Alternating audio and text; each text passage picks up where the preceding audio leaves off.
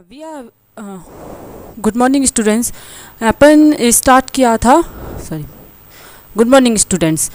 We are already started our second chapter of geography, that is physical features of India. Okay, तो इस physical features में अपन ने देख लिए थे डेट लैंड फॉर्म्स, कौन कौन से लैंड फॉर्म्स होते हैं, वो बेसिकली कैसे फॉर्म्स होते हैं। इसके अलावा ये भी देखा था कि जब पहले सबसे पहले पूरा एक आइलैंड था, सिंगल आइलैंड, जिसका डिवीज़न होके फिर वो टू अलग अलग जो कॉन्टिनेंट, अभी 7 कॉन्टिनेंट्स है, वो पूरा एक ही कॉन्टिनेंट था। फिर उसके बाद डिवीजन्स और प्लेट्स के मूवमेंट के कारण अलग अलग रीजन्स, अलग अलग प्लेट्यू कॉन्टिनेंट्स बन गए थे। उसमें से जो इंडिया, अफ्रीका, नॉर्थ अमेरिका और ऑस्ट्रेलिया और ऐसे कुछ छोटे छोटे रीजन्स जो अभी प्रेजेंटली अलग अलग कॉन्टिनेंट्स में डिवाइडेड हो गए, वो पूरे गोंडवाना लैंडफॉर्म के अंडर में आते थे। ओके, और गोंडवाना लैंडफॉर्म ओल्डेस्ट लैंडफॉर्म भी माना जाता है। ओके, उसके अलावा अपन ने हिमालयन माउंटेन्स के बारे में देखा था। जो हिमालयन माउंटेन्स है वो 3 डिफरेंट रेंजेस में डिवाइडेड किया गया है। First one is greater Himalayan, second is Himachal और थर्ड इज लोअर हिमालयन या फिर सॉरी तो ये 3 नंबर हिमालयंस रेंज अपन ने देख लिए थे। ओके, नाउ अब नेक्स्ट जो लैंड फॉर्म है that is a northern plains. Northern plains के बारे में देखेंगे।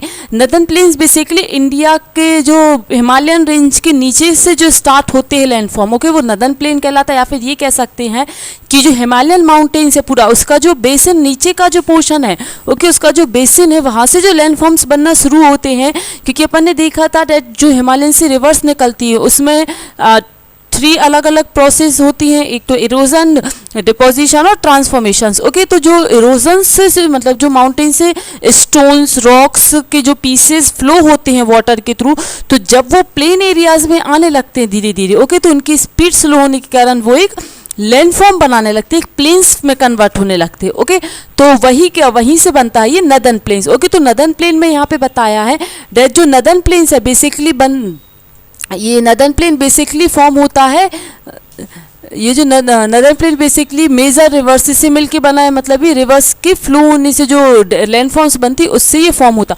ओके, और वो कौन कौन सी मेन रिवर्स है? First one is Indus, second is Ganga and third is Brahmaputra. Okay, in 3 reverse या फिर उसकी ट्रिब्यूटरीज के कारण जो बनती हैं लैंड्स, ओके, वो कहलाती हैं, वो आती है नदर्न प्लेन के अंदर में। ओके, तो अब यहाँ पे एक वर्ड है दैट ट्रिब्यूटरीज और second one is distributary. Okay, तो यहाँ पे पहले मैं बताऊंगी ट्रिब्यूटरी और डिस्ट्रीब्यूटरी में क्या डिफरेंट होता है। सी ट्रिब्यूटरी मीन्स होता है जैसे ये जो मेजर रिवर है, ओके, ये suppose this is a Ganga river, okay, major river, तो इसमें जो और अलग अलग रिवर्स आके जॉइंट होती हैं स्मॉल स्मॉल, जैसे ये suppose Indus river, Indus river में जो और भी जैसे सतलुज रिवर, सतलुज, व्यास, रवि, झेलम, ये जो छोटी छोटी रिवर्स आके मिलती हैं। ओके, तो ये जो स्मॉल रिवर्स है जो कि बिग एक ग्रेटर रिवर या फिर लार्ज रिवर्स में आके जॉइंट हो रही हैं, तो ये कहलाएंगी उसकी ट्रिब्यूटरीज। Okay, clear.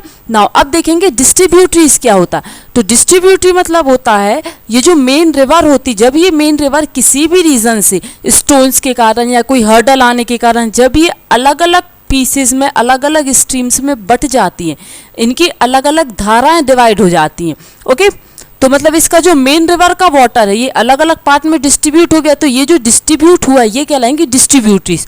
ओके, और जब स्मॉल रिवर्स लार्ज रिवर में आके ज्वाइंट होती हैं, तो जो स्मॉल रिवर्स हैं वो कहलाएंगी लार्ज रिवर की ट्रिब्यूटरीज। क्लियर। जैसे ये झेलम, रावी, व्यास, ये जो रिवर्स है ये इंडस रिवर की ट्रिब्यूटरीज है, क्योंकि ये स्मॉल रिवर्स इंडस में आके मिली हैं। Okay, got it. तो ये कहलाते हैं इसकी ट्रिब्यूटरीज। नाउ इसमें आगे यही बताया है कि डेट जो 3 रिवर्स से जो लैंड फॉर्म बनता है, गंगा, इंडस और ब्रह्मपुत्र, ये यहाँ ये पूरा फॉर्म होता है नदर्न प्लेन्स में। ओके, और ये जो नदर्न प्लेन्स है यहाँ पे एलुवियल सॉइल काफ़ी ज़्यादा मात्रा में पाई जाती है। ओके, मतलब यहाँ पे जो लैंड फॉर्म बनती है उसमें सबसे ज़्यादा क्वांटिटी में एलुवियल सॉइल होती है। और ये एलुवियल सॉइल कैसे बनती है मैंने अभी बताया था कि जो माउंटेन्स के थ्रू रिवर्स आती, जब ये जो माउंटेन्स के थ्रू रिवर्स आती हैं और जब ये प्लेन एरियाज में जैसे जैसे ये रिवर्स यहाँ से नीचे आते लगती, तो इस पोर्शन में तो इनकी इंटेंसिटी स्पीड बहुत ही ज़्यादा रहती है रिवर की स्पीड, लेकिन जब यहाँ से आते आते ये प्लेन एरियाज में इनका वाटर आने लगता है, तो यहाँ पे जो इसकी स्पीड रहती है रिवर की वो धीरे धीरे स्लो होती जाती है। और स्पीड स्लो होने के कारण इनमें जो स्टोन्स है छोटे छोटे, ओके, तो वो स्टोन्स भी यहाँ पे आके स्लो होने लगते हैं। ओके, और ये स्टोन स्लो होने के कारण यहाँ पे ये कलेक्ट होने लगते हैं स्टोन्स। ओके, और कलेक्शन के कारण यहाँ पे एक न्यू लैंडफॉर्म फॉर्म होती है, that is called the plains. Okay, और ये प्लेन्स हिमालयन माउंटेन्स की रिवर्स के कारण फॉर्म होते हैं। ओके, उनके फुट हिल्स में, और इनके फॉर्मेशन के लिए मिलियंस ऑफ ईयर्स लग जाते हैं। ओके, और यहाँ पे जो एल्यूवियल सॉइल होने के कारण और साथ ही साथ यहाँ पे काफ़ी ज़्यादा pebbles, stones and dust particle के और साथ ही साथ वाटर के कलेक्शन होने के कारण यहाँ की जो लैंडफॉर्म होती है वो काफ़ी ज़्यादा फर्टाइल होती है। ओके, और अगर इसको एरिया वाइज देखा जाए तो एरिया वाइज ये लगभग 7 लाख स्क्वायर किलोमीटर तक स्प्रेड है। ओके, और अगर लेंथ और ब्रेथ में देखा जाए तो ईस्ट टू वेस्ट इसकी अगर इसकी लेंथ देखी जाए तो लगभग इसकी 2400 किलोमीटर्स तक की लेंथ है, और अगर इसकी ब्रेथ देखे तो ब्रेथ 240 से लेके 320 इसके बीच में इसकी लेंथ अलग, इसकी ब्रेथ है, और जो कि डिफरेंट एरियाज में अलग अलग ब्रेथ है, बट मिनिमम और मैक्सिमम इनके बीच में है। ओके, और ये जो फिजियोग्राफिकल डिवीज़न है, मतलब ये जो नदर्न प्लेन्स है, नदर्न प्लेन बाकी अदर लैंडफॉर्म्स के कंपेयर में सबसे ज़्यादा डेंसली पॉपुलेटेड लैंडफॉर्म भी आता है। डेंसली पॉपुलेटेड लैंडफॉर्म मीन्स जहाँ पे काफ़ी ज़्यादा पॉपुलेशन रहती है। ओके, और ये पॉपुलेशन यहाँ पे क्यों रहती है, इसके पीछे कुछ रीजंस है। सबसे मेन रीज़न डेट यहाँ की जो सॉइल होती है वो काफ़ी ज़्यादा रिच मीन्स काफ़ी फर्टाइल होती है। यहाँ पे एग्रीकल्चर बहुत ही ज़्यादा अच्छे से हो जाता है, और इसके अलावा यहाँ पे वाटर की जो क्वान्टिटी होती है वो भी काफ़ी एडिक्वेट सप्लाई, प्रॉपर सप्लाई होता है, और क्लाइमेटिक कंडीशंस भी बहुत ही ज़्यादा फेवरेबल होती है एग्रीकल्चर के सेंस में। और एग्रीकल्चर जब यहाँ पे काफ़ी ज़्यादा अच्छा रहता है तो यहाँ पे पॉपुलेशन भी रहती है, और साथ ही साथ ये जो रीज़न है, ये रीज़न सबसे ज़्यादा प्रोडक्टिव रीज़न भी कहलाता है इंडिया का। ओके, और अगर इसको एरिया वाइज देखें कि ये जो नदर्न प्लेन्स है ये बेसिकली एमपी का कुछ पोर्शन, राजस्थान का थोड़ा सा पोर्शन, पंजाब के अलावा जो बिहार और उड़ीसा इस साइड के जो यूपी साइड का जो रीजन है, ओके, ये पूरा रीजन आता है प्लेन्स के अंदर में। Got it? नाउ नेक्स्ट इसमें बताया है, इसमें आगे बताया है डेट जो रिवर्स होती हैं, ओके, जो रिवर्स नॉर्थ साइड से, मतलब नदर्न माउंटेन से आ रही हैं अदर पार्ट्स में, ओके, तो उससे कई बार डिस्ट्रीब्यूशन भी होता है। डिस्ट्रीब्यूशन मैंने अभी बताई कई सारे रीजंस, और वो डिस्ट्रीब्यूशन होने के कारण जो कि अपन ने सिलवासा जो माउंटेन देखा था, ओके, लोअर माउंटेन देखा था, वहाँ उसके पैरेलल चलती है ये लाइन। ओके, तो इसके कारण यहाँ पे जो आइलैंड्स बनते हैं या फिर लैंडफॉर्म बनते हैं, ओके, वो लैंडफॉर्म रिवरिन लैंडफॉर्म्स भी कहलाते हैं। ओके, और यहाँ पे लैंडफॉर्म कई, इसके पीछे रिवर भी एक रीज़न है, और इसके अलावा यहाँ पे जो वेलोसिटीज़ होती हैं रिवर की वो धीरे धीरे स्पीड स्लो होती जाती है, इसीलिए ये लैंडफॉर्म बनते हैं। Got it?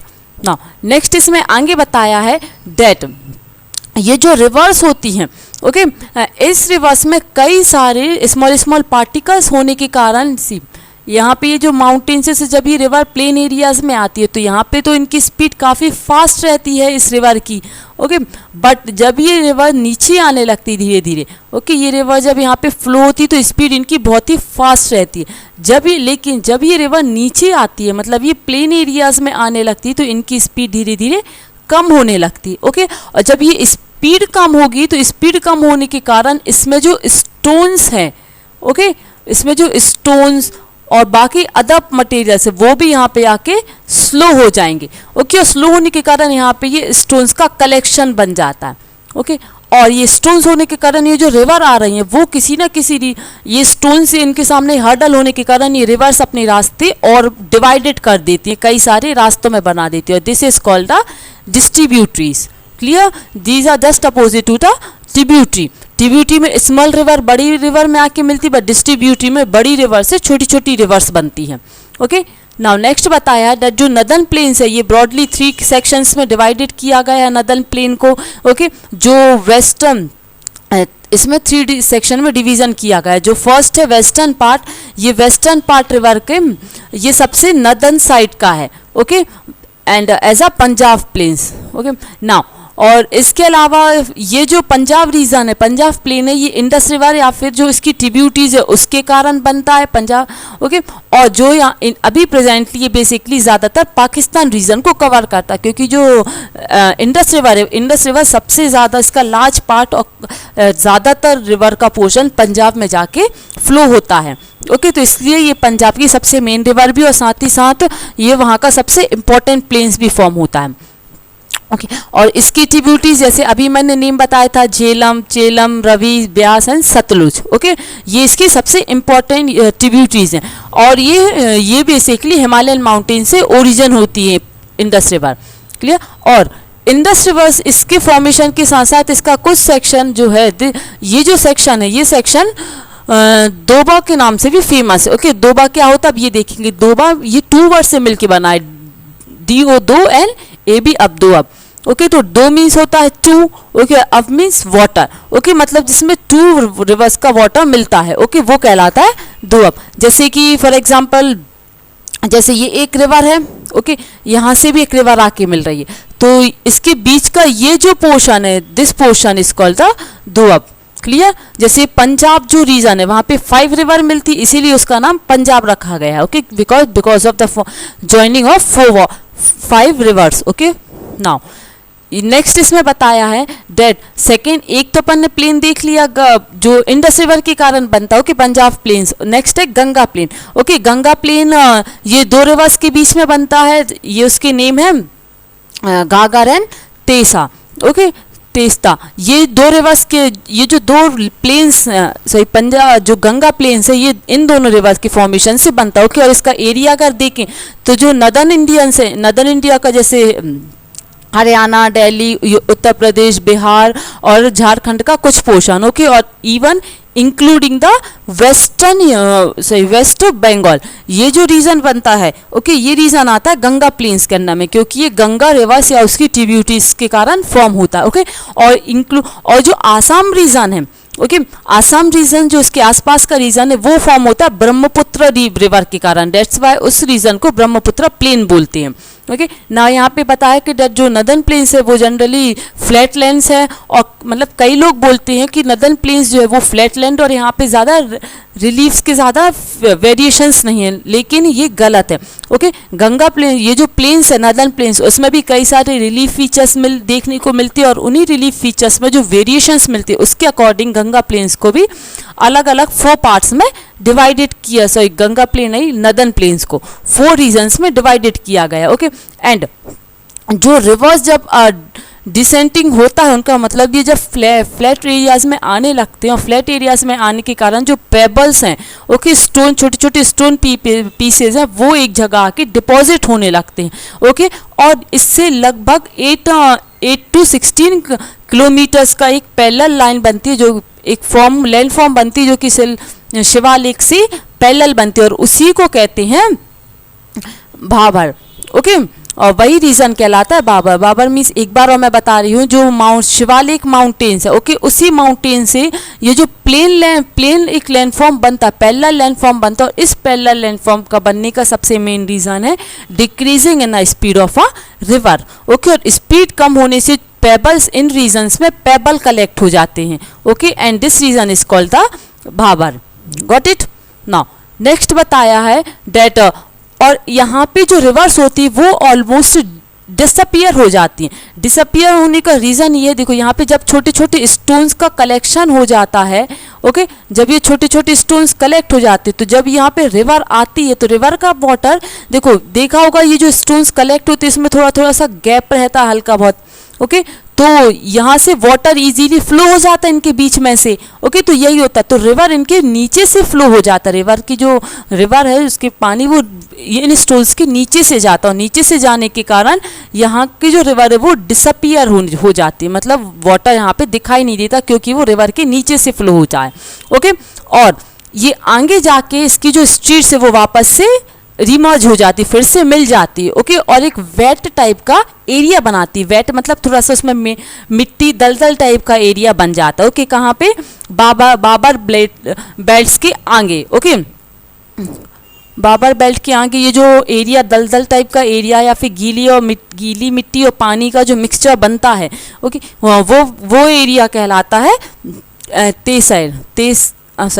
Terai, okay, Terai ये लैंडफॉर्म कहलाता है। नाउ नेक्स्ट ये जो तेराई लैंडफॉर्म है ये काफ़ी ज़्यादा फॉरेस्टियल एरियाज भी होता है, काफ़ी ज़्यादा यहाँ पे जो फॉरेस्ट के जो प्लांट्स होते हैं वो बहुत ही ज़्यादा थिक क्वांटिटी में पाए जाते हैं, और इन एरियाज़ को एग्रीकल्चर के लिए कट किया गया था, क्योंकि जब इंडिया और पाकिस्तान का डिवीज़न हुआ था तो जो इन पाकिस्तान से जो पॉपुलेशन इंडिया में आई थी तो उनको रहने के लिए लैंड की ज़रूरत थी, ओके, और लैंड के साथ साथ उनको अपनी लाइफ स्पेंड करने के लिए एग्रीकल्चर या फिर जो भी उन्हें अदर वर्क करना तो उसके लिए दे नीड अ एरिया और अ स्पेस, ओके, तो उनको वो स्पेस प्रोवाइड करने के लिए ये जो तेराई रीजन है यहाँ के जो फॉरेस्ट हैं उन फॉरेस्ट को कट कर दिया गया था, ओके, फ्लैट वहाँ पे लैंड कर दी गई थी, ओके। और इसका एक एग्जांपल अपन देख सकते हैं, ये जो नेशनल पार्क है दोबारा नेशनल पार्क, ये नेशनल पार्क का एग्जाम्पल है।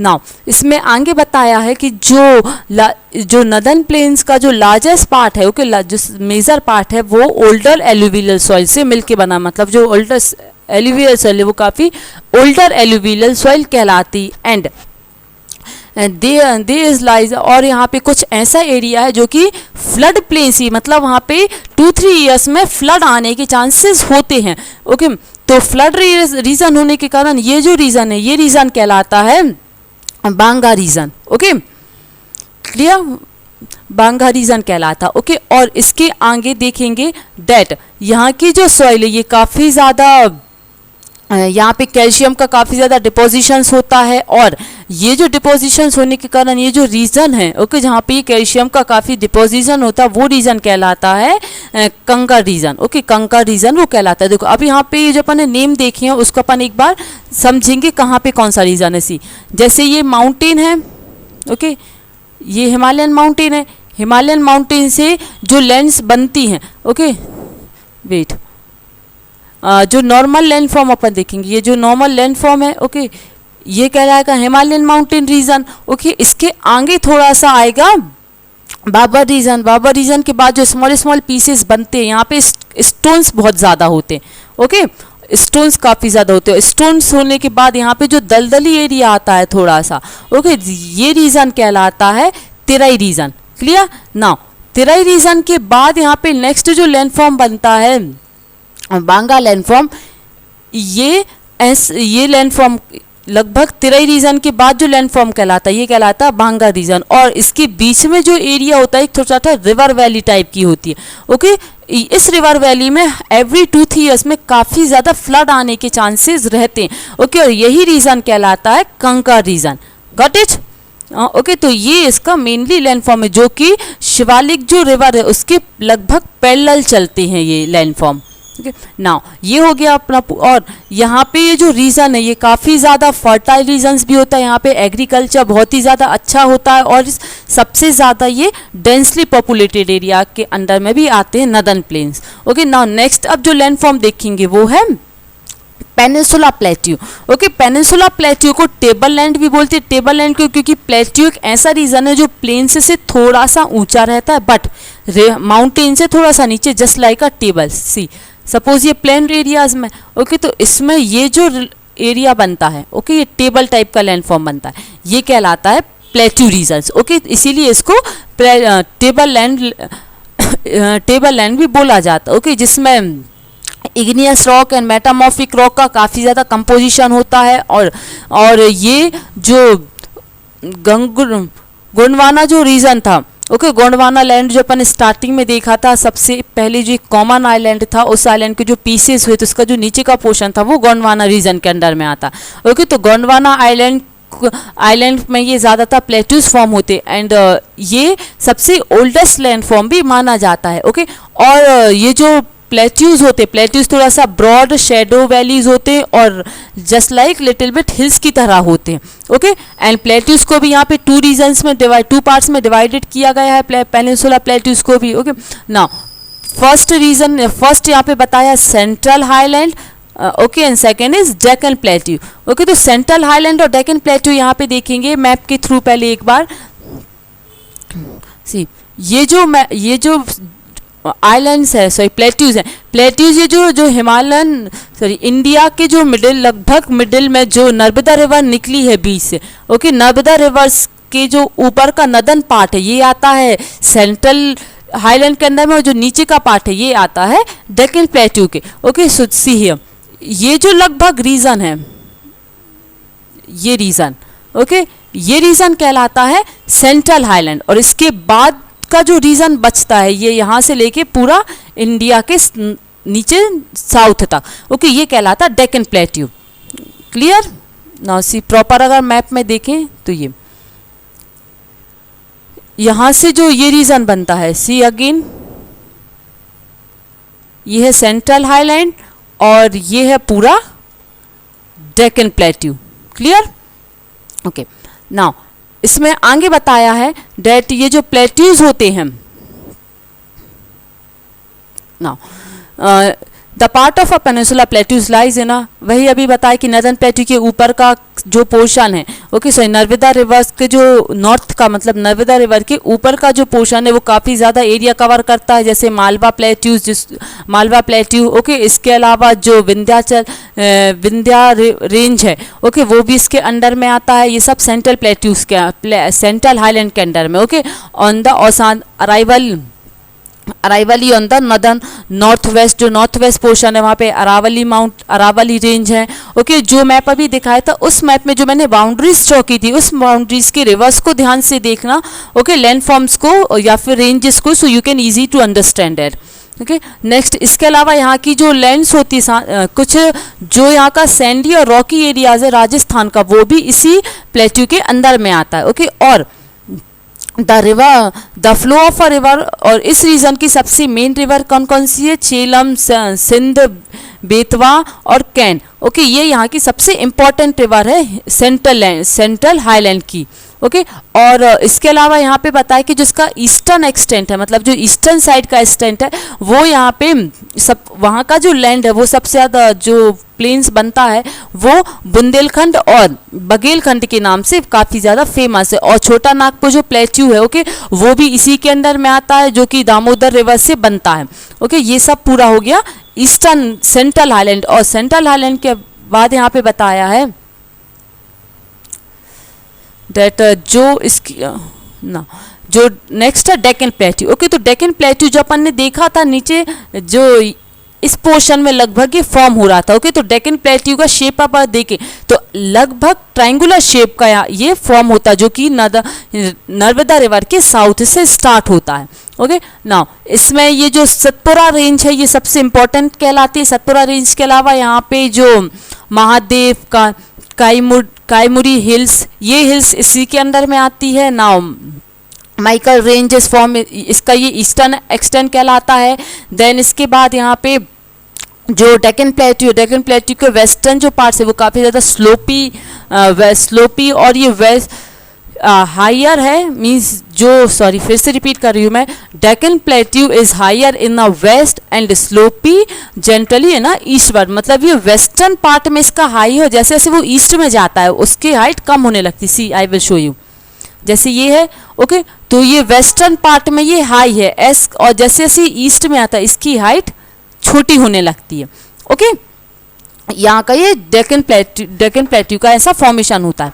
ओके, नाउ इसके बाद यहाँ पे बताया जो मेघालय कार्बी जो एंग्लोन प्लेट्यूज है ये भी इसी के अंदर में आता है। ओके, एंड ये छोटे नागपुर को सेपरेट करता है थोड़ा सा अलग, और ये छोटा नागपुर रीजन से सेपरेट होता है जो कि ये